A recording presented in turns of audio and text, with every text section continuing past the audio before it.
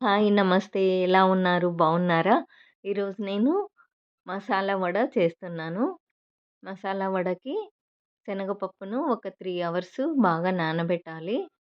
తర్వాత అవి రంధ్రాల గిన్నెలో వడబోయాలనమాట. నీళ్ళన్నీ బాగా డ్రై అయిపోయిన తర్వాత మిక్సీకేయాలి. మిక్సీ జార్ తీసుకొని దాంతోకి 90% అంతా నానబెట్టిన పప్పంతా వేయాలి. ఒక 10% మిగిలిచ్చాలనమాట. లాస్ట్‌లో అట్లా కలిపితే బాగా ఉంటుంది. తినడానికి పలుకుగా తగులుతా ఉంటుందనమాట. ఇప్పుడు కరివేపాకు, అల్లము, కొత్తిమీర, కొంచెం తెల్లవాయలు, ఉల్లిపాయలు, చెక్క, లవంగా, కొంచెం బిర్యానీ ఆకు వేశాను. పచ్చిమిర్చి, కొద్దిగా కారం కూడా,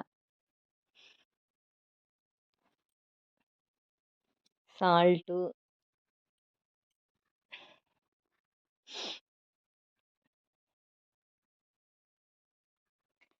అన్నీ వేసి బాగా మిక్సీకి వేయాలన్నమాట.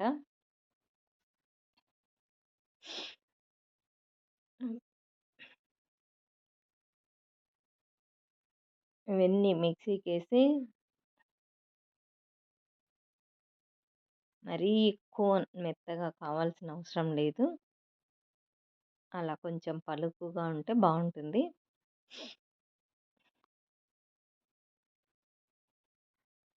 ఇప్పుడు దీంతో ఇంగా కొంచెం కరివేపాకు, ఉల్లిపాయలు, కొత్తిమీర అన్నీ కలిపి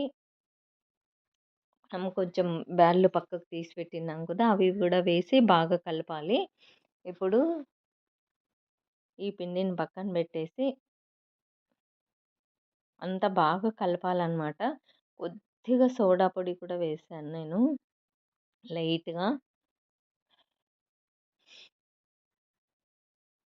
ఇప్పుడు ఆయిల్ బాగా వేడెక్కింది. దీంతో ఆ మసాలా వడ వేయడమే అన్నమాట. వేస్తున్నాను. బాగా హీట్ ఎక్కింది గదా! ఆయిలు. ఇంకా వడలు వేసేస్తాను. కొద్దిగా అట్లా అరచేతిలోకి తీసుకొని అలా పెట్టి కొంచెం మందంగానే వేయాలన్నమాట మసాలా వడ.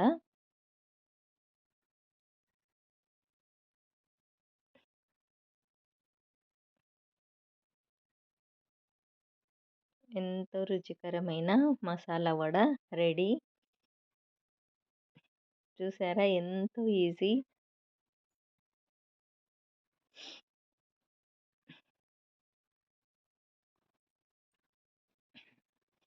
ఈ చల్లని వాతావరణానికి ఇవి కొంచెం గరం గరంగా అన్ని మసాలాలేసాం గదా! చాలా చాలా బావుంటుంది తింటా ఉంటే. అంతే, రెడీ అయిపోయాయి మసాలా వడలు. తినేద్దామా ఇంకా? చూసారా? చాలా చాలా బావుంటుంది. ఈ చలికాలము సాయంత్రం పూట స్నాక్‌గా బాగా తినొచ్చు. ఓకే. Thank you.